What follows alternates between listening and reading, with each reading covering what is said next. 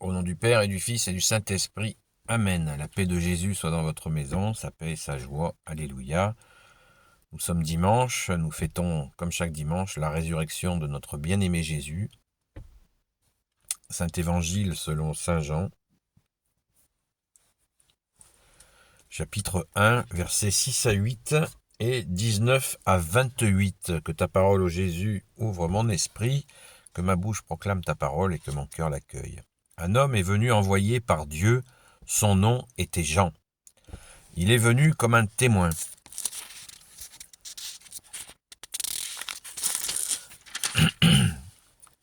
Pour rendre témoignage à la lumière. Ainsi, par lui, tous pourraient croire. Il n'était pas la lumière, mais il venait pour rendre témoignage à la lumière. Le Verbe était la lumière véritable, celui qui illumine tout être humain, et il venait en ce monde. Il était déjà dans le monde, ce monde, grâce à lui, et ce monde ne le connaissait pas. Quand il est venu, chez lui, les siens ne l'ont pas accueilli. Mais à tous ceux qui l'ont accueilli, il a donné le pouvoir de devenir enfants de Dieu. Oui, quand ils ont cru en son nom, ils sont nés, mais non pas du sang, ni d'un appel de la chair, ni de la volonté d'un homme, ils sont nés de Dieu. Et le Verbe s'est fait chair, et il a habité parmi nous. Et nous avons vu sa gloire, la gloire que seul un Fils unique peut recevoir du Père. En lui, tout était don d'amour et vérité. Jean a rendu témoignage à son sujet, il a dit bien haut, « C'est lui dont je parlais, il est venu après moi, mais déjà il me dépasse, car bien avant moi il était. » Nous avons tous reçu de sa plénitude. Chaque don d'amour en préparait un autre. Par Moïse, nous avons reçu la loi, mais le don d'amour et la vérité sont venus par Jésus-Christ. Personne n'a jamais vu Dieu, mais Dieu, Fils unique, nous l'a fait connaître, lui qui est dans le sein du Père. Voici donc le témoignage de Jean, lorsque les Juifs de Jérusalem lui envoyèrent des prêtres et des Lévites pour lui demander « Qui es-tu » Jean répondit sans cacher la vérité, il déclara « Je ne suis pas le Christ ». On lui demanda « Qui es-tu donc » « Es-tu Élie » Il dit « Non ».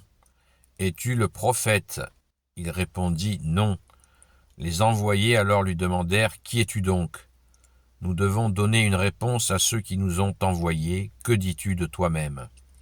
Jean répondit « Je suis, comme l'a dit le prophète Isaïe, la voix qui crie dans le désert, préparez un chemin droit pour le Seigneur. » Ceux que l'on avait envoyés étaient des pharisiens. Ils lui demandèrent encore « Pourquoi baptises-tu si tu n'es ni le Christ, ni Élie, ni le prophète ?»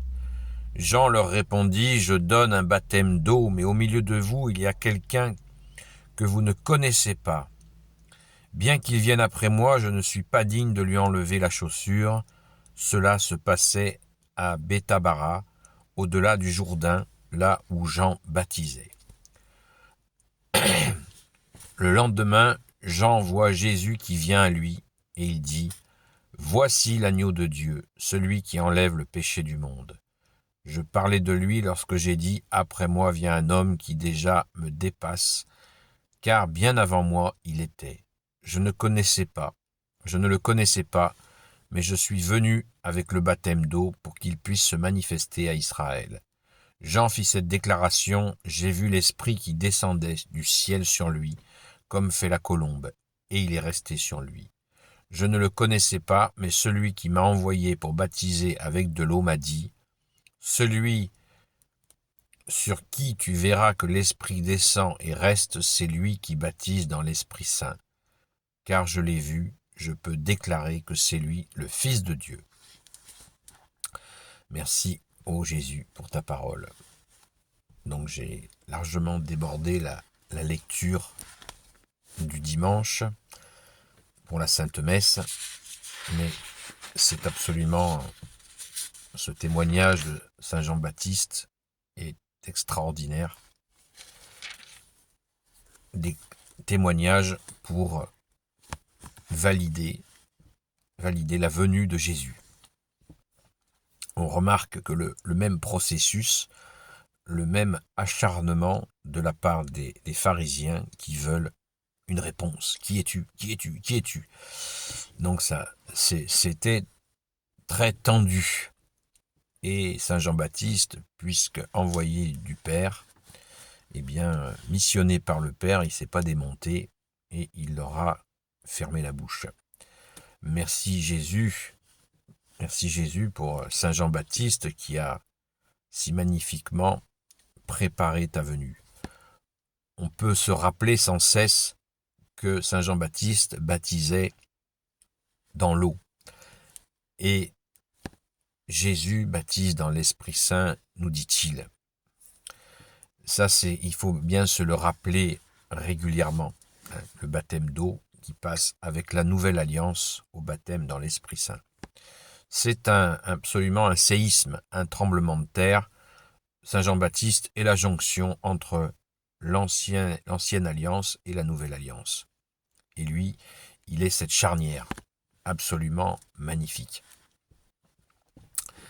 Et rappelons-nous aussi que Saint Jean-Baptiste avait 2 disciples que nous connaissons. Il avait plusieurs disciples, mais il en avait 2 que nous connaissons, qui sont Saint André et Saint Pierre, qui sont devenus les premiers apôtres de Jésus. Donc la continuité est absolument extraordinaire.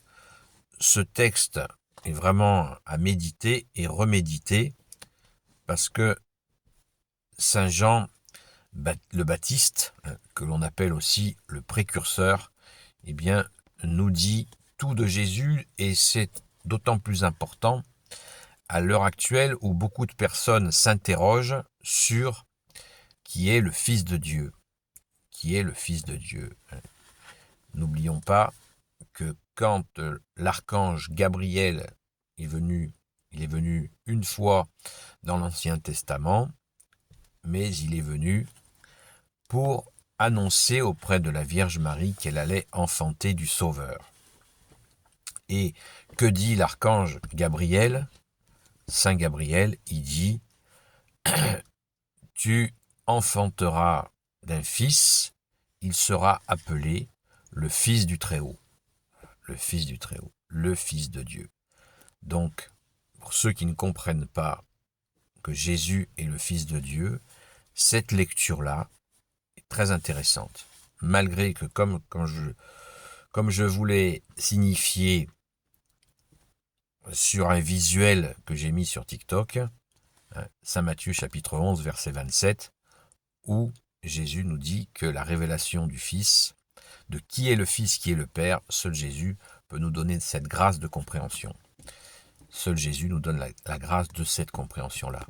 Donc accueillons notre bien-aimé Jésus, Fils unique du Père, dans la joie, dans ce 3e dimanche de l'Avent, Noël.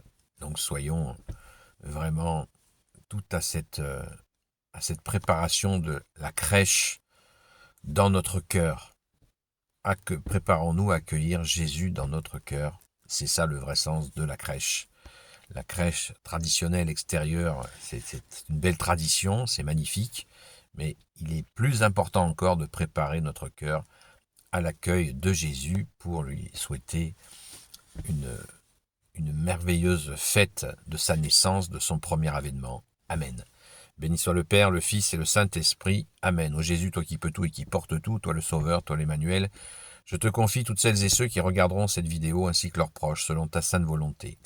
Sainte Marie, Reine des cieux, toi l'Immaculée Conception, toi qui écrases le serpent, toi qui as la lune sous tes pas, toi notre Mère, Notre-Dame, Grand Saint Joseph, toi le juste et le saint, toi le sage, toi la terreur des démons, toi le saint gardien de la Sainte Église catholique apostolique, Sainte Marie-Madeleine, notre chère sainte patronne, et vous tous les saints et saintes, amis de toi Jésus, Saint Michel Archange, qui est comme Dieu, Saint Gabriel Archange, Saint Raphaël Archange et tes anges guérisseurs, et vous tous les anges qui servez Jésus, je vous confie toutes celles et ceux qui regarderont cette vidéo, ainsi que leurs proches, selon ta sainte volonté, ô Jésus.